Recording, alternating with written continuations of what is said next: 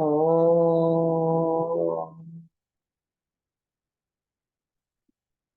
Om.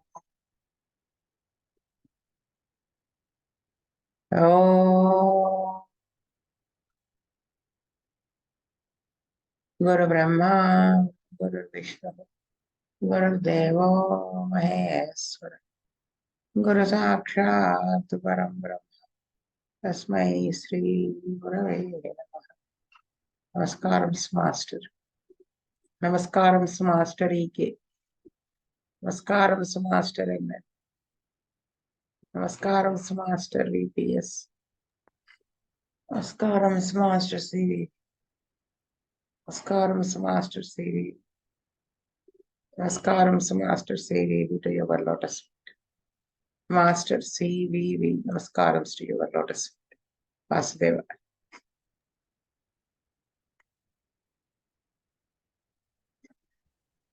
చదువుతారా వేణుగోపాల్ గారు? Vasudevan South. Case number 76. A young man aged about 27 years came to our dispensary with the following complaints. Since 2 years, he was having piles and stomach pain. He could not go to toilet at proper time. If he sits, he feels pain due to piles. He had white spots on the back. There was no itching and no pain. Since 3 years, he was getting headache regularly. And since last 3 months, it was more. He definitely gets headache while driving the car. It comes above the eyes. He did not take any medicine or painkillers. It subsides on sleeping. Hair fall was also there. Since 5 to 6 years, he was having backbone pain. The pain was constantly there at the center of the lumbar part of the back. It aggravates in winter and ameliorates on laying and taking warm bath. Eruptions appeared on the scrotum and there was itching. Disturbed sleep. Bubbles were regular since 1 month. He likes hot weather. According to this Irish diagnosis, he was having a bilious constitution. Before the age of 12 years, he suffered with typhoid fever twice. He had bleeding from the gums. He inherited psychotic and syphilitic miasms. Mother was also suffering from headache. On 3 June 1994, Dr. E. Ananta Krishna prescribed Tucha 201 dose. Vasudeva. ఈ కేసులో నాకు పెద్దగా చెప్పడానికి కనిపించలేదు. Thuja master గారు వేయడానికి వాళ్ళు చెప్పిన 12th point inherited psychotic and syphilitic మ్యాజమ్స్.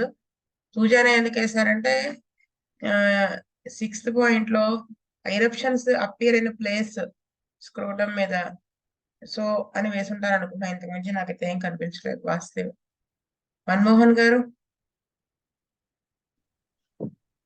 వాస్తవ శీతల్ రెడ్డి గారు. వాసుదేవ్ అండి. శ్రీలత గారు.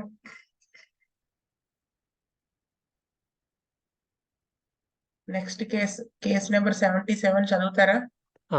Vasudeva. Case number 77. A lady aged about 42 years came to our dispensary with the following complaints. She had no sickness in childhood. She had many problems with parents. She was born in Yugoslavia, but both the parents were Yugoslavians.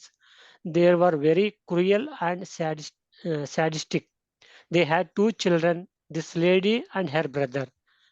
They were very cruel to the children. They beat the son very cruelly. They tried to kill this child when she was of 6 weeks. She said that her mother told her about her father who wanted to kill her as a child. But she feels that both father and mother together wanted to kill her. Once, when she was 5 years old, they took her in a boat on the river and asked her to jump into it. Finally, at the age of 18, she left her home and came away to Germany to be saved from them. But here she was feeling lonely because she did not know anybody here. She was very sad even now and broke into tears as soon as she was asked about her childhood.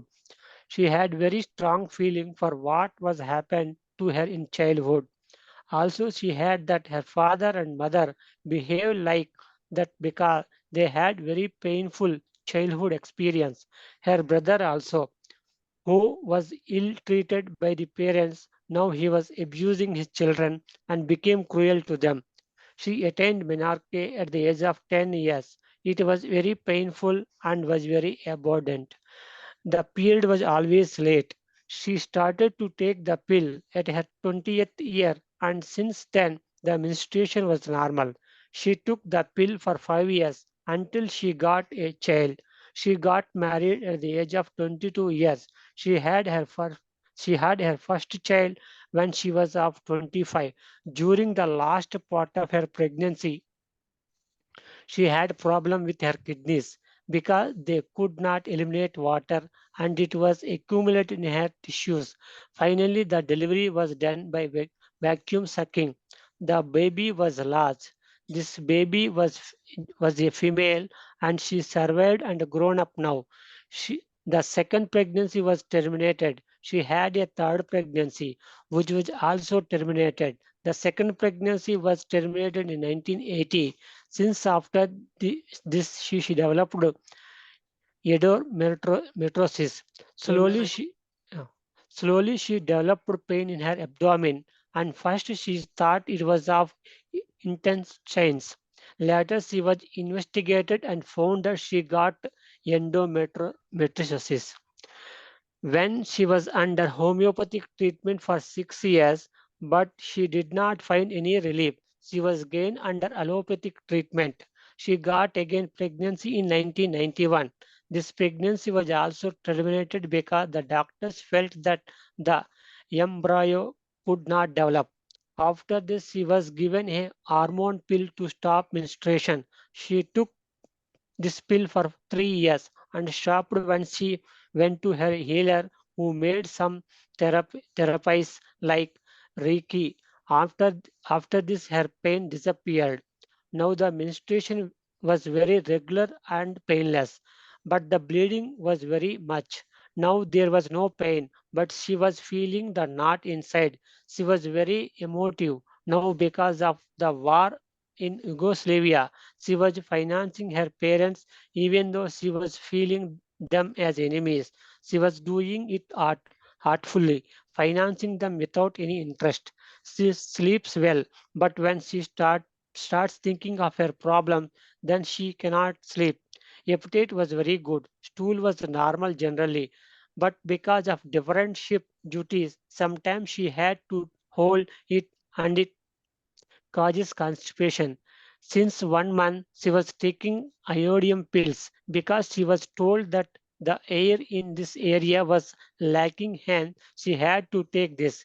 She always feels lonely, even in company, so she prefers to be alone. She got divorced 16 years ago. After this, she had some friends with whom she had relationship. On 13th May 1994, Dr. E. Ananta Krishna prescribed Ignitia 1M 3 doses with 3 months gap. On 23rd August 95, she came to the dispensary and said that she felt better from this treatment, better in menstrual bleeding. She had strong hepatitis. She did not take any treatment. Even now, she feels bloated in stomach and it filled with gas. She feels that her gallbladder was also not working properly. Her hepatitis was good. She got tested for her endometriosis. It found the same as before from the report of the doctor, but she feels better in her menstruation. It was regular in period. She was getting colic on the first 2 days. Also, she was subjected to sonoscan, and it was found that she had cyst on her spleen, on her thyroid, but there was no pain or any problem. Dr. E. Anantakrishna prescribed acid fast 201 dose. On 23rd October, he repeated the dose. On 23rd December, he prescribed Cifilum 201 dose. On 23rd February 96, he repeated the dose. On 4th September, he prescribed Ignitia 1M 1 dose. On 4th December, he prescribed Argentum nitricum 1M 1 dose. Positive. Case చూడండి, రాసిన విధానం అంటే ఈ చిన్నప్పుడు తన family circumstances అవన్నీ తీసుకోకపోయి ఉంటే ఏదో ఇప్పుడున్న దాని మీద మనకి ఏదో వేస్తాం మందు, కరెక్ట్ గా మనకి పిక్చర్ రాదు మైండ్ లోకి. చిన్నతనం నుంచి తను జరిగే ఇన్సూరెన్స్ అన్ని కూడా పెద్దయ్యాక తనకు వచ్చిన హెల్త్ ఇష్యూస్ కి రిలేషన్ ఉంది. అంటే కేస్ షీట్ ఎంత ఫైన్ గా రాశారు మాస్టర్ గారు. అంటే మనకి ఈ కేసు చూడగానే ఆ అమ్మాయి కళ్ళ ముందు నాకైతే కనిపించింది ఆవిడ. ఇక్కడ మనం ఈ కేసు చూస్తే జాగ్రత్తగా చదివితే ఏంటంటే చిన్న డిసీజెస్ ఏమి లేవు. సెకండ్ పాయింట్ దాంట్లో మనకి ఏమర్థమవుతుంది,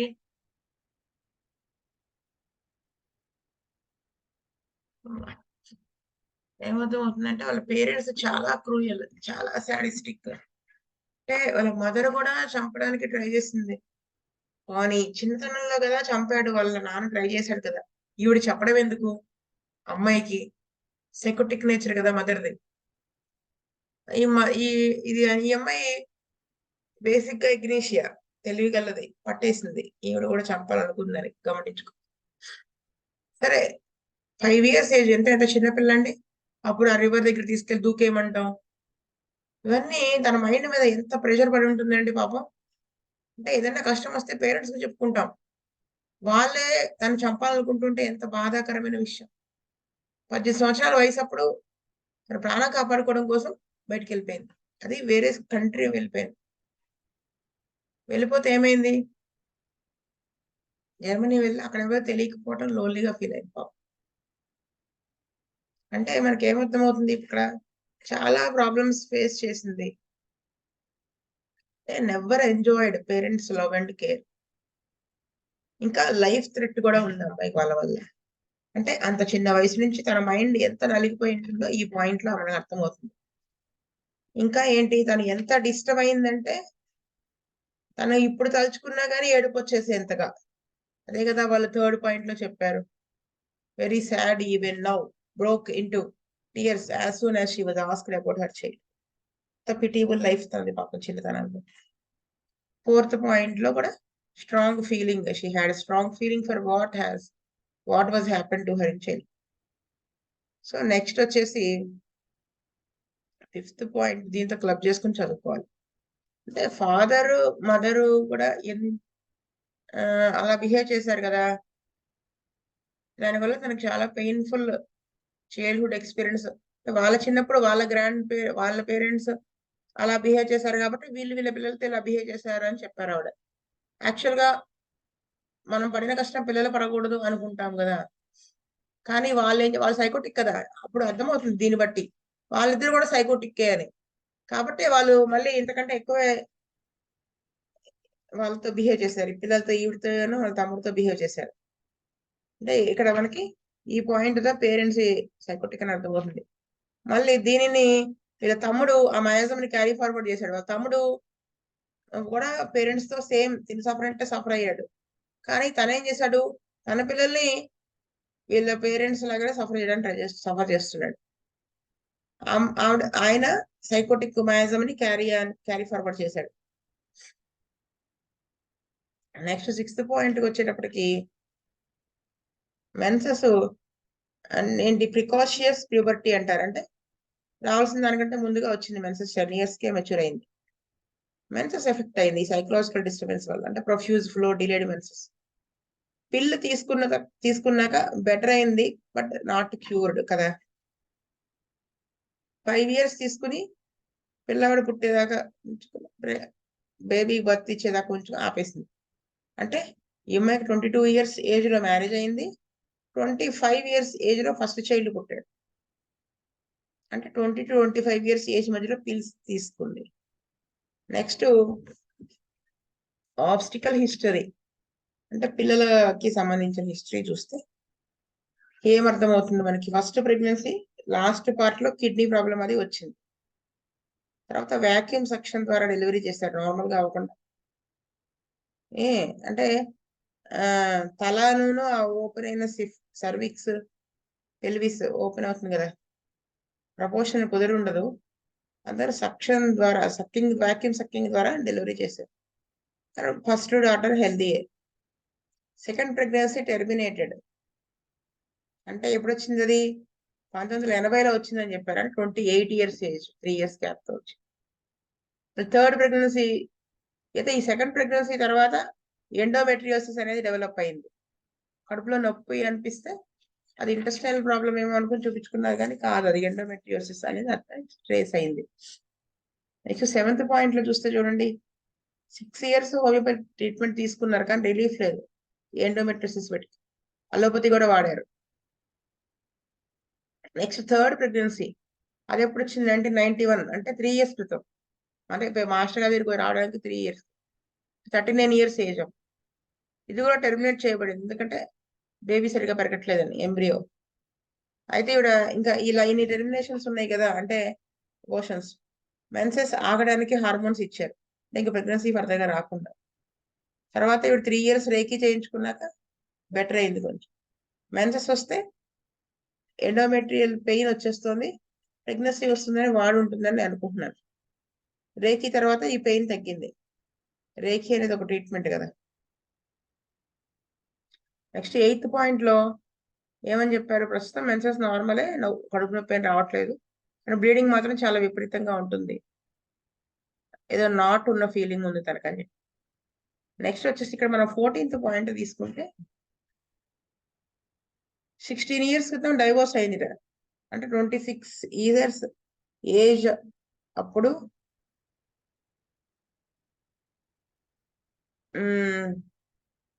డైవోర్స్ అయిపోయింది.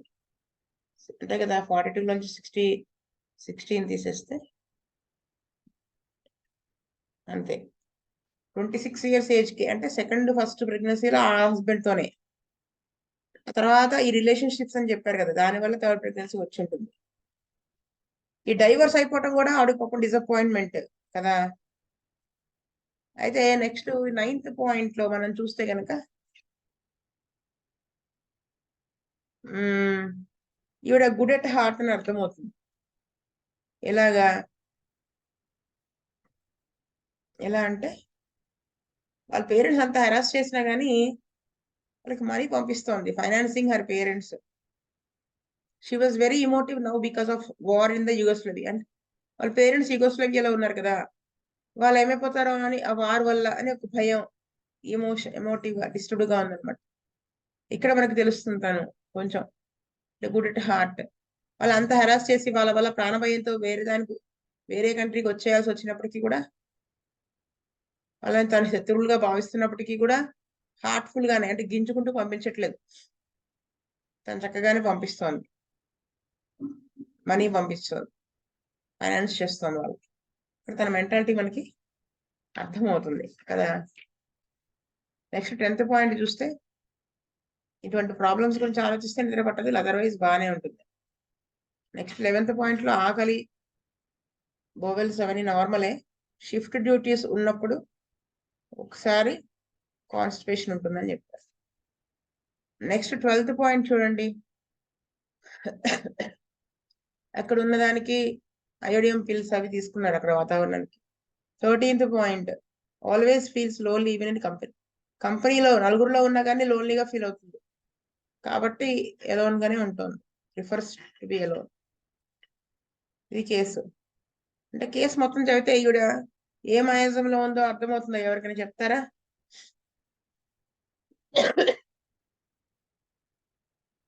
మీ అందరికీ అర్థమైపోయి ఉండాలి పాటి ఏ మాయాజం. కృష్ణవేణి చెప్పేస్తావు. హిప్నటిక్ మాయాజంలో ఉంది. అయితే మాస్టర్ గారు ఏం చేశారు, ఇగ్నిషా 1M 3 doses 3 months గ్యాప్ తో ఇచ్చారు. అంటే 13th May 94, 13th August, 13th November. తర్వాత 95 August లో యాసిడ్ఫాస్ ఇచ్చారు. తర్వాత 23rd October 95 లో యాసిడ్ఫాస్ రిపీట్ చేసి అదే సంవత్సరం డిసెంబర్ లో సిఫిల్లం వేశారు. మళ్ళీ నెక్స్ట్ ఇయర్ 96 ఫిబ్రవరిలో సిఫిల్లం రిపీట్ చేశారు. ఆ తర్వాత 96 లోనే 4th September ఇగ్నిషా 1M, 4th December ఆర్డినరీగా 1M వేశారు. ఇగ్నిషా 1M ఎందుకు వేసి ఉంటారంటే నేను అనుకుంటున్నాను, ఇక్కడ 9th పాయింట్ లో చూడండి, తన నేచర్ అది ఎమోటివ్. థర్డ్ పాయింట్ లో కూడా ఆవిడేం చెప్పింది, అది తలుచుకుంటే ఇంకా సాడ్ గా అయిపోతుంది, బాధ ఏడుపు వచ్చేస్తాం. ఫోర్త్ పాయింట్ ఈ నలిగిపోవటం, ఇప్పుడున్న ప్రస్తుతం ఎమోషనల్ గా ఉండడం, డిస్టర్బ్డ్ గా ఉండడం, అది బేస్ చేసుకుని ఇగ్నిషియా 1M వేసుకుంటారు అనుకుంటున్నాను. నెక్స్ట్ యాసిరిఫాస్ 200 వేశారు. అంటే ఆవిడ నెక్స్ట్ ఇయర్కి వచ్చింది ఆవిడ మందుకి కదా. మాస్టర్ గారు ఇచ్చింది నవంబర్తో అయిపోతుంది. 95 ఆగస్టులో ఆవిడ వచ్చినప్పుడే ఏం చెప్పింది ఆవిడ, ఏం చెప్పింది చూడండి. హెల్త్ బెటర్ ఆఫ్టర్ ట్రీట్మెంట్ ఇచ్చాక బెటర్ అయింది, మెన్స్ట్రువల్ బ్లీడింగ్ తగ్గింది, కానీ ఎండోమెట్రిసిస్ సేమ్ అలాగే ఉంది, సిస్ట్ ఫామ్ అయింది, లివర్ ఎఫెక్ట్ అయింది, హెపటైటిస్ వచ్చింది, స్ట్రాంగ్ హెపటైటిస్, కానీ ఏం మందు వాళ్ళది. Bloating in stomach filled with glass, gall bladder work చేయట్లేదేమో అని అనుకుంటోంది. అంటే కొంచెం నెగిటివ్ థింకింగ్ అది. అంటే ఇవన్నీ బేస్ చేసుకుని మాస్టర్ గారు ఆకలి బాగానే ఉంది, మళ్ళీ స్ప్లీన్, థైరాయిడ్, సిస్ట్స్ ఉన్నాయి. అందుకని అంటే ఇగ్నిషియా అనేది అంత డీప్ యాక్టింగ్ కాదు కదా, పైన ఉన్నటువంటి ఆ ఎమోషనల్ డిస్టర్బెన్సెస్ వాటిని తొలగించి, ఆ కొంచెం చిన్నప్పటి నుంచి ఉన్న గ్రీఫ్ ని కొంచెం తొలగించి, దాంట్లో నుంచి కొంచెం బయటకు వచ్చాక ఆ డిసప్పాయింట్మెంట్, ఆ లాస్ ఆఫ్ లవ్ ఇవన్నీ ఉన్నాయి కదా, హస్బెండ్ అలాగే అయిపోయాడు, పేరెంట్స్ అలా, బేసిక్ గా తన యాసిడ్ లోకే వెళ్ళింది. అందుకంటే ఇగ్నిషియా పనిచేసిన అండర్లైన్ గా మయాసం ప్రోగ్రెస్ అయింది. ఈవిడ ఇగ్నిషియా 1M నవంబర్ లో వేశారు కదా లాస్ట్ రోజు, వెంటనే వచ్చుంటే మయాస్మాటిక్ గా వేసి ఉండేవాళ్ళేమో, ఆవిడ రాలేదు కదా, 1 year టైం తీసుకుంది. దాంతో ఈ అదర్ ఆర్గాన్స్ ఎఫెక్ట్ అయినాయి, వైటల్ ఆర్గాన్స్. అందుకనే మాస్టర్ గారు యాసిరిఫాస్, ఇది డీప్ మయాస్మాటిక్ కదా, సోరా సిఫిలిస్ మయాజం, అది వేసి ఉంటారని నేను అనుకుంటున్నాను. యాసిరిఫాస్ 202 డోసెస్ వేశారు. అంటే ఇక్కడ అబ్జర్వ్ అది యాసిరిఫాస్ వేశాక, యాసిరిఫాస్ వేయడానికి కారణం కూడా 14th point, 13th point, 2nd, 3rd, 4th point, plus haemorrhagic tendency ఒకటి ఉంది కదా, మొదటి నుంచి ఆడికి ప్రొఫ్యూజ్ బ్లీడింగ్, ఎండోమెట్రియోసిస్, ఈ డైజెషన్ డిస్టర్బెన్స్, లివర్ డిస్టర్బెన్సెస్, ఇవన్నీ కలిపితే యాసిరిఫాస్ లోకి అది వేసి, ఆ తర్వాత దానికి క్రానిక్ గా సిఫిల్లం వేశారు. యాసిరిఫాస్ chronic plus antimiasmatic, number of abortions that also indicating syphilinum, haemorrhagic tendency, mentals, నలిగిపోయిందే కానీ వాళ్ళ తమ్ముళ్ళ తయారవ్వలేదు చూడండి, అది ఇవన్నీ బేస్ చేసుకుని వేసుకుంటారు. సిఫిల్లం 2 డోసెస్ వేశారు. ఇగ్నిషియా 1M మళ్ళీ తన ఏమన్నా దేనికైనా డిస్టర్బ్ అయిందేమో వేసుకుంటారు అనుకుంటున్నాను. ఆర్డినేటర్ ఎందుకు వేశారు అనేది నాకైతే అర్థం కాలేదు. బహుశా ఆ టైంలో తను చెప్పిన మెంటల్స్ ని బేస్ చేసుకుని ఏమైనా ఇండికేట్ అయితే వేసుకుంటారని అనుకుంటాను. వాసుదేవ, ఇది నేను కేసు అర్థం చేసుకున్న విధానం. మన్మోహన్ గారు, వాసుదేవ అండి. శీతల్ రెడ్డి గారు, వాసుదేవ్ అండి.